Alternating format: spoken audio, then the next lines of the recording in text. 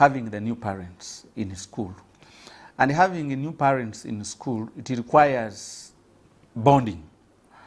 And the only way we can bond is having an integration of the school culture and the home culture. If we are to nurture our children in a line that is, both parties are going to benefit from that. So for this purpose, we explain more about the school culture to the parents. They will also have their ideas that we can blend in, make sure that our children stay in school. One of the key areas in a school with the parents is explaining how we run the school. Because the school itself is a home. That's why sometimes we call it a home away from home. Okay. So the school itself is a home. So people who are coming in the home have to take time to understand the culture of that home. It is very, very important that we tell our parents how we run the school, how are they supposed to work in with the school. That is basically the reason why it is important we call those parents. We don't want to clash at one point. So they need to understand us, we need to understand them. Now, one of the major key elements in a school is culture. How do we do things? What do we base on to give our services? Now, our culture, our parents need to understand that they are stakeholders. So our culture is that we want to make the parents stakeholders of education.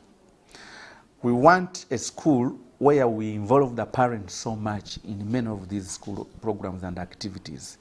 So one of the areas we are emphasizing is the parents, that they must be so close to the school. We don't want parents who are called for the meetings, they don't come. We don't have parents who are called for programs in the school, they don't attend. And yet that is one of our key elements to bringing out the child that they want in them. So one of my major aspects was to encourage them to always attend these programs because they are stakeholders. A school is made a school because of the quality of its parents. And the quality of the parents is the quality of the children. And the quality of the children is the quality of the school. So that one they have understood. And I'm very happy that today I've received a very big number of parents. I have sensitized them, they have come, and that is very key to us. The other element in the school culture is the pillars on which... Okay, before we go to the pillars, speaking about the turn-up of the parents today, and basing on what you have said, that you are trying to put it out there to the parents that coming to these meetings is very important because it's a culture for Global Junior School. Yes. Yes. So what was the turn-up of the parents today compared to the other years? Okay. Today, I've not got statistically how they have been, but one thing is that every year we receive different numbers of new entrants. For example, this time we had over 350 new entrants in the school. And the capacity, the number of parents we expect today was 400. And when I look at what I've prepared for 400 parents, the seats were all full and we had to get some more parents. Okay. That means I had a capacity of over 450 parents in the school. That is a very good turn-up in relation to the 300 kids that we are recruited. That means we are building now another family onto Global Junior School. Okay, so stepping into the pillars of excellence, how important are these pillars and why exactly were they created? Okay, thank you so much. The pillars of excellence, how do you determine a good school and what do they do to become a good school and how do you produce good children? So it has been in my key areas for parents to understand what do we value so much that have enabled us to produce quality children in terms of acquisition of knowledge, skills, and values. When you look at our vision is to produce a knowledgeable, skilled, and morally upright child. There are three elements in this vision that the parents need to know. That is the culture of Global, and they embrace all that. Knowledgeable. Kids have come for knowledge. We need to give them knowledge. Skills. They must have some other tangible things that they can go. In addition to the knowledge they have, They must have tangible things that they can say, my kid was in global junior school, but I was mentored and developed to become a fast runner. He's a very strong athlete. He's a very strong footballer. He's a very good carpenter. He's a very good, those are the skills. So produce a knowledgeable, skilled, then morally upright child. Those are stronger pillars that our parents need to understand, that as I take my kid to a school, that is the vision. So I expect this from the school. I expect A, B, C, D from the school if I'm to have a good child. Now, when you look at our pillars of excellence, I told you my vision. One is emphasize the core values. There are certain things that we believe in. We have so many values that an individual must take in life. But as for Global Junior School, we have those core values. One of the core values that we are putting at the forefront is godliness. We need to train and nurture children who are God-fearing. People who are non-believers are very difficult people to associate with. People who have belief, people who fear God are very good people in society. So we embrace godliness as a core value. We want children, and this school is not a school that we are having, maybe it's a Muslim school, it's a Catholic school, but it is a multi-domain school. We value the Catholics, we value the Anglicans, we value the Muslims, we have the Seventh Days, and that one. Every day, before lessons, we must have prayers for all children. Why? The fear of the Lord is the beginning of every success someone can achieve in life. That is the core value. The other core value is excellence. Our parents need to know that when I bring my child to Global Junior School, they are emphasizing excellence. Some people perceive excellence as something to do with knowledge. My child is bright, can answer these questions brightly, my child can pass examination. But what we mean by excellence in Global Junior School is an all-round excellence. So we make sure that whatever we put our hands on must come out excellently. If we are setting up an environment for children to learn, we must look for the best environment for children to learn. If you are talking about the welfare of children, it must be the best welfare any child can achieve. If you are talking about smartness, orderliness in the school in a child, we need to put everything we put our hands on. We want to believe that everything we do is excellence. So that is a core value. The other core value we have is integrity, honesty. A child who is not honest, a parent who is not honest with his or her child. I was giving a scenario that some parents have taught children to steal indirectly. For example, smuggling in unauthorized materials. If a school says we are not allowing grab in the school, then the parent smuggles because of the too much love and they think my child cannot miss, they smuggle. Then they tell the children, don't show any other person. Mm-hmm. That means we are teaching dishonesty to your child. And that one is very key to us. We train all that. That is a core value. The other core value we have is responsibility. Responsibility has to be nurtured. We have seen a number of people who are not responsible enough. People have been entrusted with projects, but are not responsible enough to take care of the responsibility that has been given to them. So that one is very key for us. We nurture. And this is the very big stage for us to nurture such kids. So one of the pillars of excellence is emphasis on the school culture through the core values. Those are core values. Then the other thing that we are looking at so much in building a foundation and as a school culture is embedding the life skills during the teaching learning process. A child who is so well educated without life skills, then the education has been like someone planting seeds on a rock. Okay, talking about these life skills, what are some of these life skills you mean exactly? Give us some examples. I want to give you some of these life skills. Patience. Patience is a very strong key life skill among these kids. Why? We go through a number of obstacles in life, but the way we approach challenges and obstacles in life needs some bit of patience, because you reach a life where it hits so hard. When life hits so hard, there must be some time to analyze, to contemplate, and make the right decision. That one calls for someone who is a bit calm and patient. People who are not patient, they always make wrong decisions in life, which at a later stage come back to haunt them, because they were not patient enough to realize, analyze, and move forward. That is a life skill. The other life skill I want to give is assertiveness. Assertiveness is something that must be put in a child to do things the way they are supposed to be done.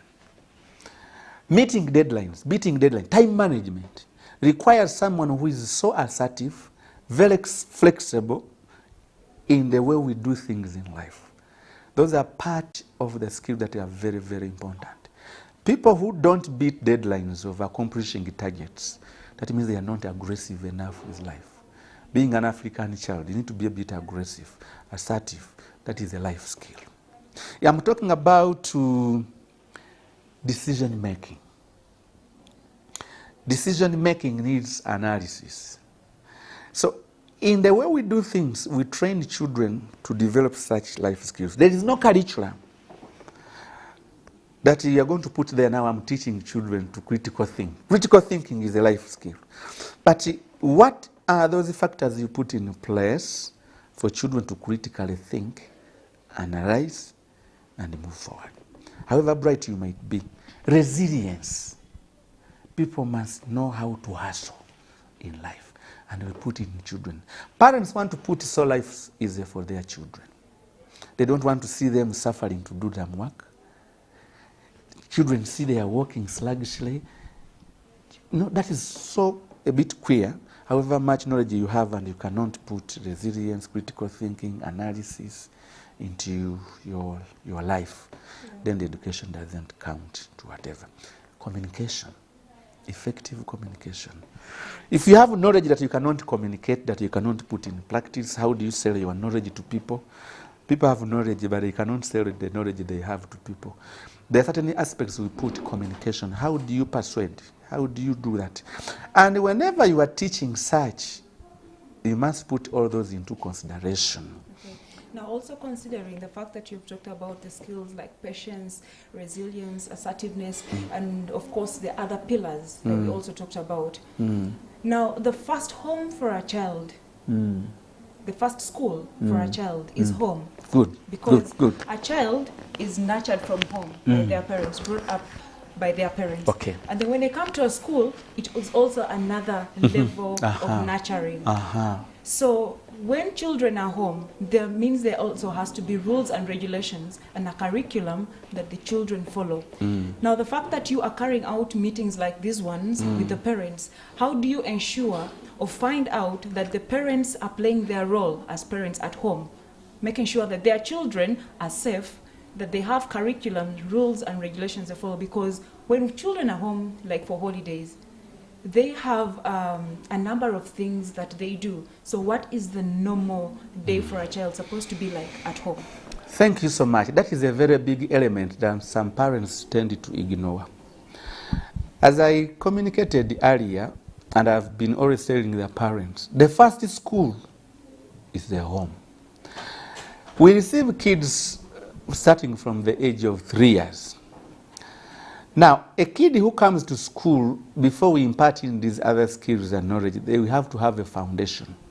We don't need to have a child who is blank, that we are beginning to build life. I want to give you some of the elements of homeschooling. 1, orderliness.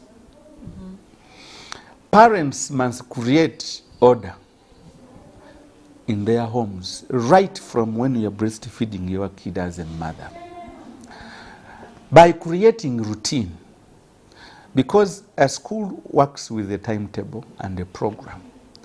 The program must be suitable for children. Children must fit. A child who comes from home without routine is a very difficult child to teach. Who provides the routine? The parents. A child of 3 years, when he or she wakes up in the morning, needs to know there are certain things I'm supposed to do. And must greet my parents. When you talk about a child, greet the teacher, it has come from home. Because at home, the kid has been greeting. We are talking about time for prayer at school. The kid has been praying. At what time? In the morning when I wake up, I pray, I greet my parents, I wash. There are certain things children must do as a routine. That is orderliness in the child. I was giving an example that nursery children, may I give them interviews, then I give results to the parents.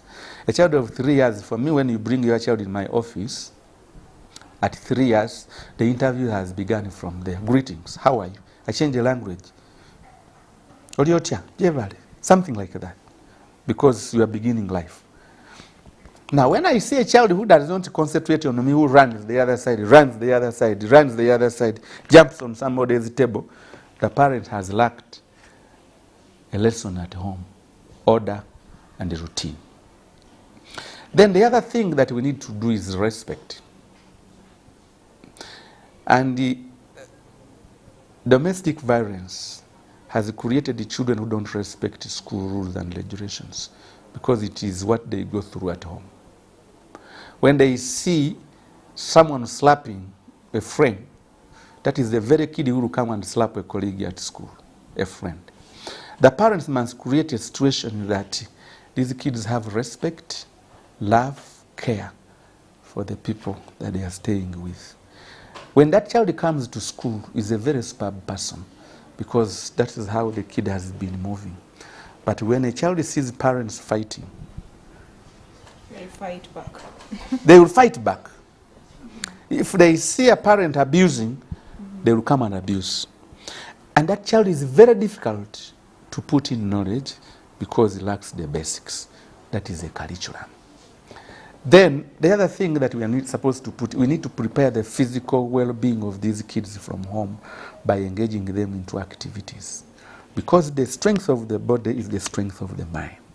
If the body is weak, the mind is weak. So they must be nurtured to do certain work that makes their physical being so interesting. Why? We are making the brain. The brain sits in a very fit. So if you have a home where everything is done for the child, you are suppressing the concept of knowledge, because children don't see any relevance. You are breeding laziness in the body, you are building laziness in the brain. So the parents need to work on that. They need to feed their children very well. I was telling someone, and someone laughed at me. I was telling someone that parents don't know how to feed their children. They are poor at balancing meals at home. And no, they buy chips at home, fried chicken from the supermarkets that has been kept in the fridge for some time, and they feed those kids. They bring juice from wherever they would want to have, and then they say, my child is satisfied. Here we have 3 meals. There are 2 types of food every meal, but here we have posho, we have rice, and then we supplement with either rice, potatoes, cassava, pumpkins. When we put those things for children to eat, they will leave that food because they know that posho is for dogs at home. Parents don't feed their children on posho at home. We try to put some moken in the beans. You hear children saying, dogs food, dogs food, dogs food. Those are some of the things that kids must be fed very well when we are preparing them for school. Parents don't breastfeed their children. 3 weeks, 2 weeks, they are left in a home. And when they grow with these supplements, they call them supplements, that make children look too healthy. The cheeks, the hands are like this. But when the muscles inside are weak, the brain is weak. So that home school has not been catered for so much. There are so many other skills, problem solving. I have a scenario where parents are fighting with requirements with the kids at home. Children write requirement forms, but their finances don't permit them to provide all the requirements. Now, when you tell a child the requirements are not going to be met, children start crying that my parents have not done enough.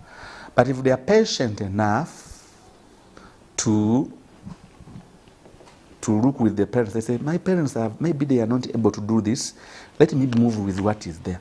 But children cry because they have not given them what they want. There is no patience, there is no resilience and fighting back. That is very, very key.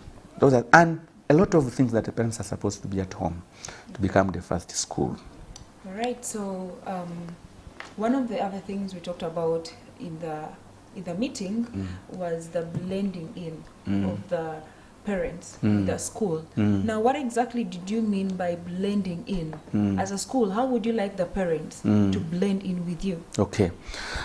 There are certain non-negotiable curriculum that we are supposed to take children, whether at school or at home.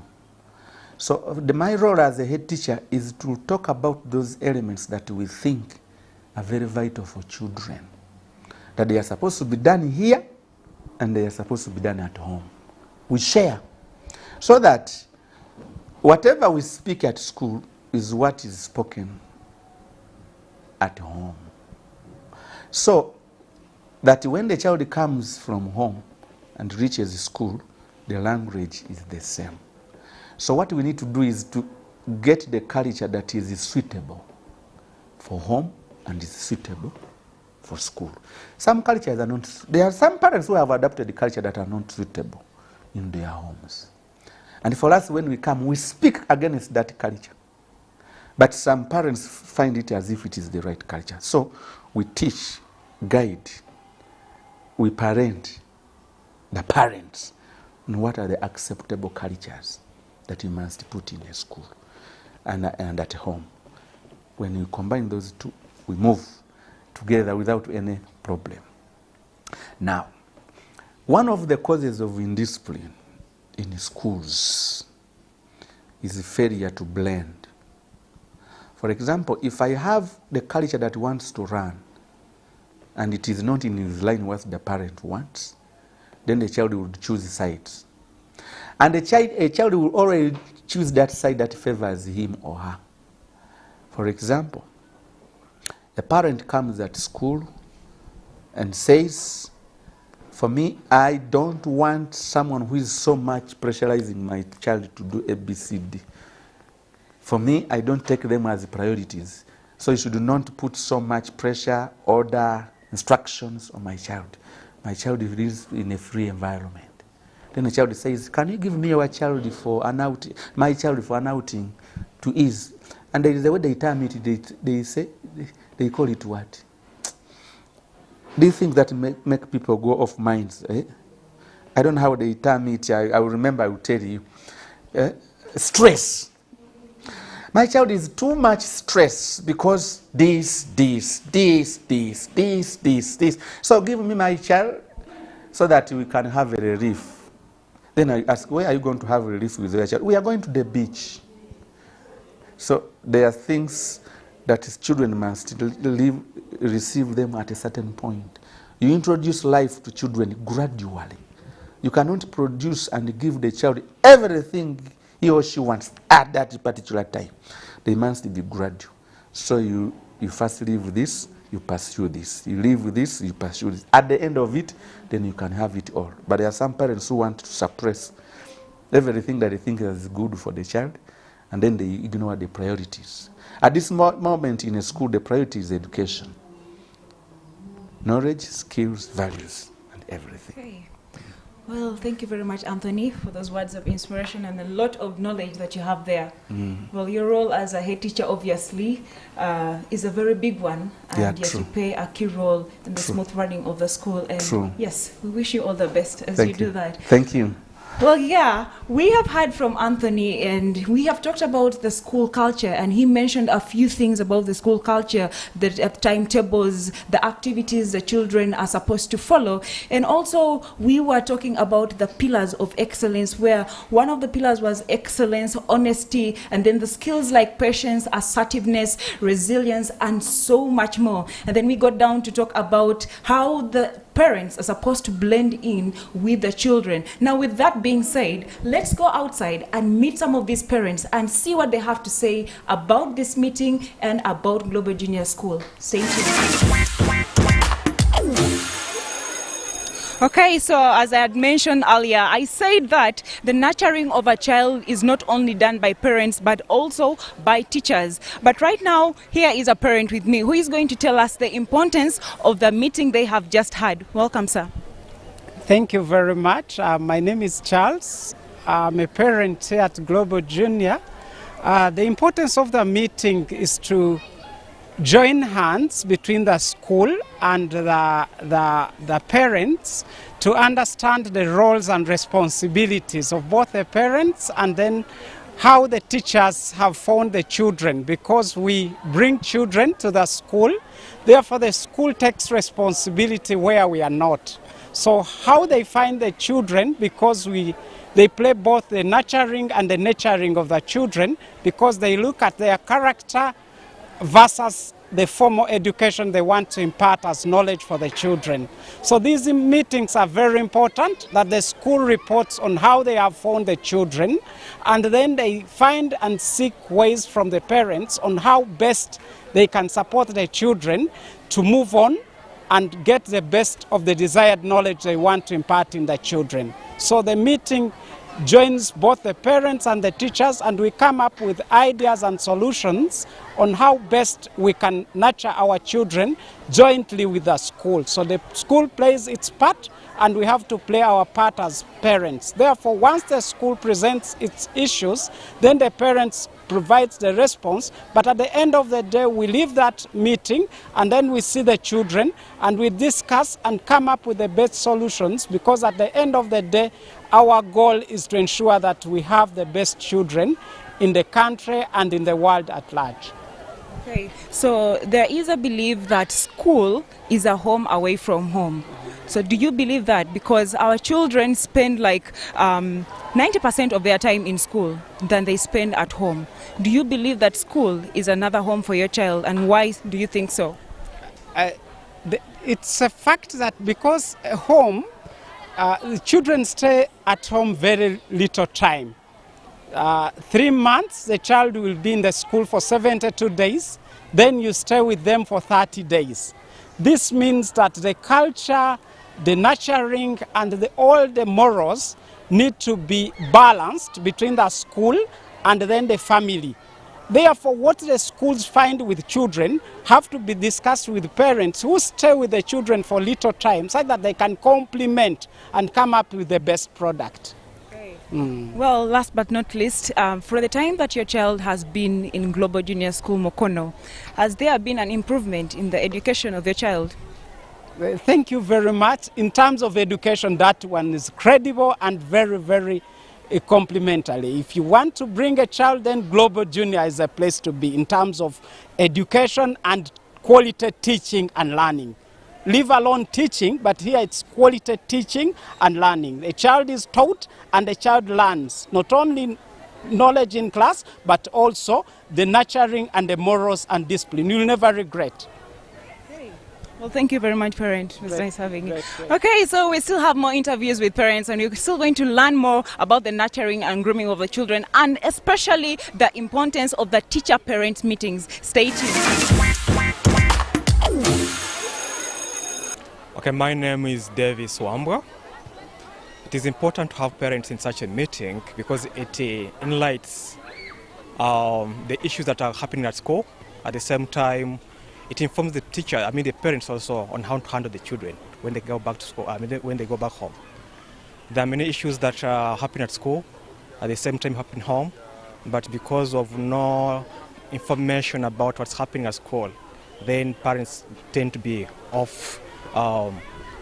They lack information of what's happening to their children. So it is always nice to come at such events and also to know how to handle issues in case a child doesn't perform as they want or as they wish, but also to understand which issues, basically, the challenges the child is going through, and also how to maneuver around them. My name is Winfrey Namutevi. I have 2 children here. They're both in P4. We were called here for an orientation meeting because our children are new in this school. We had to be taken through about how the school operates, to know what our children go through when they're here, the new things they are going to experience that they have not been experiencing in their previous school. It is very important because we get to gain confidence in the school. We get to know what we don't know about the school, how it performs, and it helps us to get more confidence in it and be able to trust them with our children. The general meetings are, I think it's a one-off. So far, it's the first one in this term. I'm a new parent here, like I told you. But the engagement with the other administrators is, I think, on a daily, if you want to. I've been engaging with one of the administrators, and that is the director of studies of the school, from the time I brought my children here for the interviews. He's a very welcoming man, very welcoming. He has helped me to gain confidence in the school, even before coming for this orientation meeting. And I know even after I'll be able to come to him in case I have anything I need to inquire from him. So the general meetings can be like a one-off. I don't know yet, because we were just also informed by sending us letters and messages. But maybe even after some time, they'll send us more for another meeting. But for engagements with the school administration, I think it can be even on a daily if you wish to. Because me, I keep disturbing them and they're okay with it. I engage myself with them so much because I want the best for my children. I need to know how they are. I need to know how they perform. I need to know what they're supposed to be doing. I need to know because I need to gain confidence in the school. Maybe with time, I'll even stop communicating because I'll have gained confidence in the school. But for now, I still disturb them. I do, because my children are new here. I have a friend who has a child here since nursery. The child is now in P6. And I've seen this child grow from a baby to where she is right now.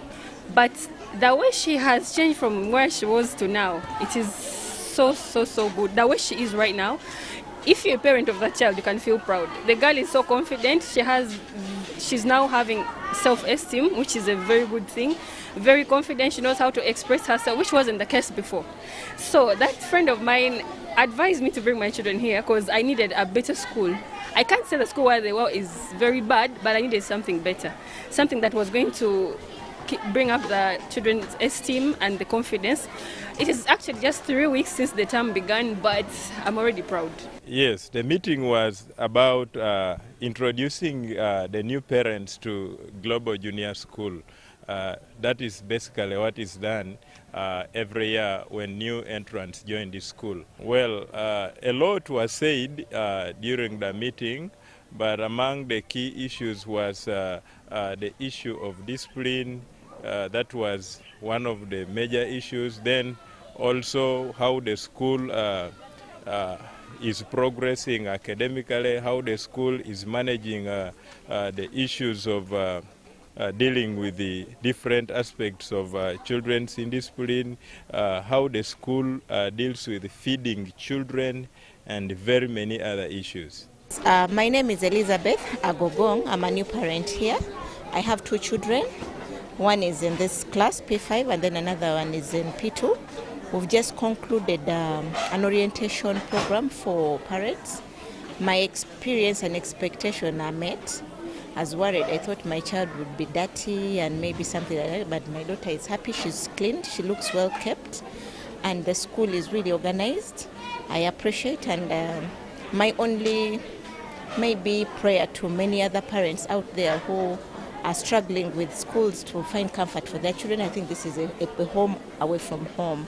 Why I chose this school is that the previous place where these children were wasn't okay, and they were really disoriented in terms of learning. So as a family, we decided to look out for school that would support our children while we're away from work. So I think the school has met our expectation. The first day we went to the dormitories, they're okay. The hygiene in the toilets was okay. The food in the dining is okay.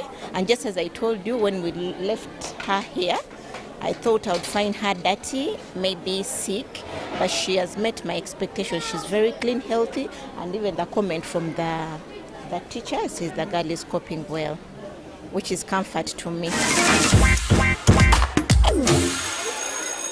Okay, so a lot was said during the teacher-parent meeting, and some of the things they talked about is the feeding of the children, the nurturing of the children, and also how the parents and teachers get to work hand in hand for the upbringing of the children in school. Now, here with me is a teacher who is going to also tell us the importance of this meeting between the parents and the teachers. Welcome, sir. Thank you. First of all, as you heard the head teacher, it is very important for us as parents, stakeholders, the parents, the teacher, and the child to work in a triangle. When those three parties are together, we see that there is performance of a child. So the parents come in class to check on the performance, to see the progress, how children are writing, organization, and everything. So I've been moving around and I realize a lot of parents that are inspecting these classes, talking to their children, asking a lot of questions. Now, I'm sure there are parents that have come to you as well. Now, what kind of questions do they ask you and what kind of answers do you give to them? What exactly do they want to know? Yeah, in addition to the academics of the children, they'd like to know the lifestyle of the children. How are they coping up with others in class? How is the child doing besides the academic part of it? But the social life of the child, how is he cooperating, how is he relating, the social life of the child. When you look at our environment, it's so educative. As you can see, there are very many other things that putting aside the academics, the environment talks for itself. Yeah. So as a parent, you have all these children in class here, and they say school is a home away from home. Okay, so as a teacher, how do you help in the grooming of these children when they are far away from their parents or in class in case they had any personal issues, like say counseling, they need counseling sessions, they are depressed, they are stressed, and would love to talk to you as a parent? Thank you. For us here as P7 Sparrow, we have the first thing at our class rules and regulations. We make sure that we follow them. And it is our daily meal, actually. It's all about when you make a mistake, we say, which rule are you breaking? So you find that the class, the discipline comes in automatically by following the real principles that we have agreed upon. Because these rules are made, I, the teacher, with the children, we agree on what should govern us in class. So with the discipline, it comes automatically once rules are followed. My name is Ogoso Anthony. I'm a teacher of primary 4. The reason why it is good to have parents here is for us to have that bridge there between us, the teachers, the parents, and the kid. And the main reason there is the kid will be brought up in the right way, knowing that what takes place at home and what takes place at school is all right. When the teacher communicates with the parent, it gives the child that knowledge that whatever is taking place is the right thing for life. That's why we have our parents at school once in a while for that commitment there to bring up the kid in the right way.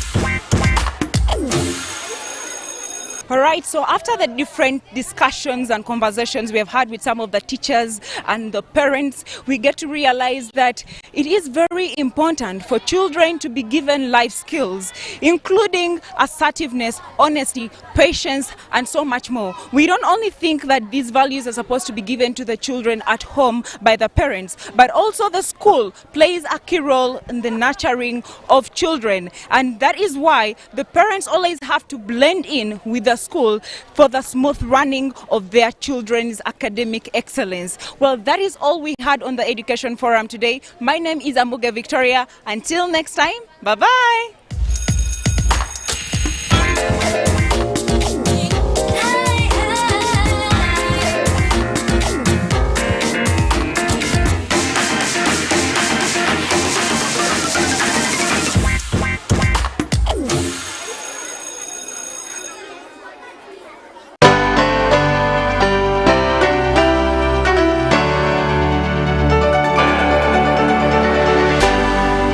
BBC, inspiring Uganda.